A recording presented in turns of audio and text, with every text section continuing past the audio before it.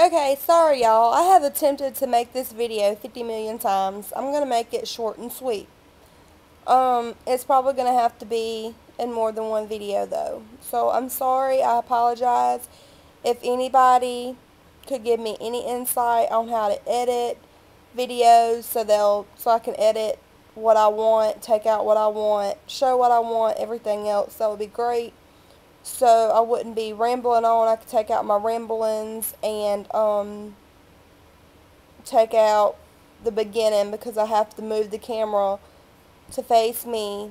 I tried to do this video on the laptop with the webcam that's on there, but it's not, the quality is awful. So I decided to do it on this video camera and see if it's any better. Well, the last thing that I left y'all out was my husband was deployed. Well, he came home, he got home November 20th because my dad passed away November 18th of 2009. So he got to come home on emergency leave. He got to stay stateside the whole time because they were coming back in January anyhow. He didn't have that much longer over there, so they just decided to keep him stateside. I ended up getting pregnant in January. We found out, made a doctor's appointment, didn't get my first doctor's appointment until the end of March. Yeah, like March 19th, 20th, somewhere along in there. We thought everything was going fine. Well, we got to my first doctor's appointment, and she did a vaginal ultrasound and couldn't see anything. She saw the sac, but she didn't see any fetus. So she was like, okay, well maybe you're not as far along as we thought you are. So we're going to do a transvaginal. So I was like, okay. Well, they did the transvaginal ultrasound and they still couldn't find anything. They saw the sac, but they couldn't find a heartbeat. They couldn't find a baby, nothing. So at that point, she told me that they were going to send me to the ultrasound technician since their ultrasound machines and everything is more updated. So I went down there to radiology, and they did abdominal, couldn't find anything but the sac. Transvaginal, couldn't find anything but the sac. I had pretty much already known that's how it was going to be. Whenever she told us to begin with, she couldn't find anything. So they ended up sending us home. They told us that we were going to have a miscarriage. They asked us if we wanted to have it naturally. There is a pill that you can take now that induces your miscarriage, or if I wanted to opt for a DNC. Well, we decided to do it naturally because we didn't want any side effects at all. We just wanted Mother Nature and God to do what they intended on doing. So 3 weeks goes by. We go to South Carolina to visit family. No miscarriage signs at all. No bleeding, no cramping. Every pregnancy sign that I've been having, I was still having it. So we decided to make a follow-up appointment. Hold on a second. Let me see how much time I have. Okay, I'm doing good. Hence, I wasn't doing good earlier.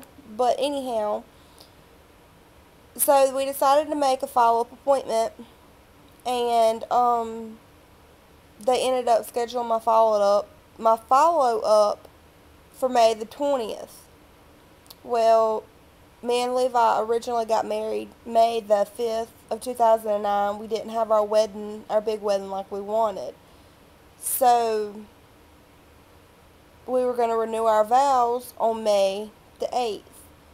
Well, May the 9th, which is on a Sunday, the day after we renewed our vows with the actual ceremony, that morning I ended up cramping some excruciating cramps. I was having blood clots the size of my palm, the size of my actual palm, coming out it was awful. So, since we were still in South Carolina, I took two 800 milligram ibuprofens and just presumed on with our day. It went on. My cramps finally eased off. My bleeding tapered off. So we were like, okay, if it happens again, we'll go to the hospital, because we were going back here to our house in North Carolina Monday, which was the next day. Well, everything goes fine Sunday night. Monday morning, I wake up with excruciating pains once again. So, blood clots the size of the palm of my hand, so we decide to go to the emergency room. Well, we go to the emergency room. I basically tell them, I know what's going on. I'm having a miscarriage. They've already told me to get prepared for it. It was coming. So, I ended up having the miscarriage. Well, not having the miscarriage, but ended up going to the hospital, telling them I was having a miscarriage. They did a transvaginal ultrasound in the emergency room, an abdominal ultrasound, and a pelvic exam, along with another exam that is basically they stick a catheter type thing inside of you, and they poke your cervix. If the catheter thing goes into your cervix, then you're dilated. It sees if you're dilated any. Well, I wasn't dilated, but enough to stick a stick pin needle through. So they sent me to the OB floor. They said that they figured that the OB would opt to do a DNC. So we get to the OB floor. They do another pelvic exam, abdominal ultrasound, transvaginal ultrasound, because they have to have all of their stuff. Well, at this point in time, I'm supposed to be 10 weeks, 2 days. My sack's only measuring 8 weeks, the same as it was 3 weeks earlier when I went for my first appointment.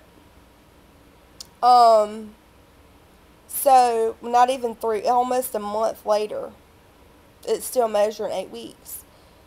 So they said, well, we need to go ahead and do an emergency DNC, because you're stable, it can wait until in the morning.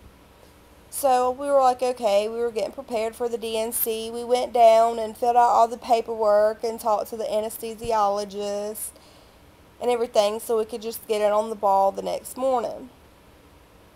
At that point in time, I was using a maternity pad, the big, long, thick ones, every 10-15 minutes, going through one. When at the doctor's office, they said that I'll go through a pad once every hour, 1 pad per hour, for 8 to 12 hours. So we knew right then something was wrong. Well, we talked to everybody that we needed to talk to, the anesthesiologists, the surgeons. We set up an appointment for 11 o'clock Tuesday morning. This is Tuesday, May the 11th, I'm supposed to have my surgery. Well, Tuesday morning, about 3 o'clock, I wake up again for the 3rd day in a row with excruciating pains, blood clots coming out of the yin-yang. I don't know where these things come from. And, oh, it was awful. So, I get up, I go to take a shower, because I was laying in the tub and the water was splashing down on me, and it tended to help with my pain. So I did that. Nothing was helping.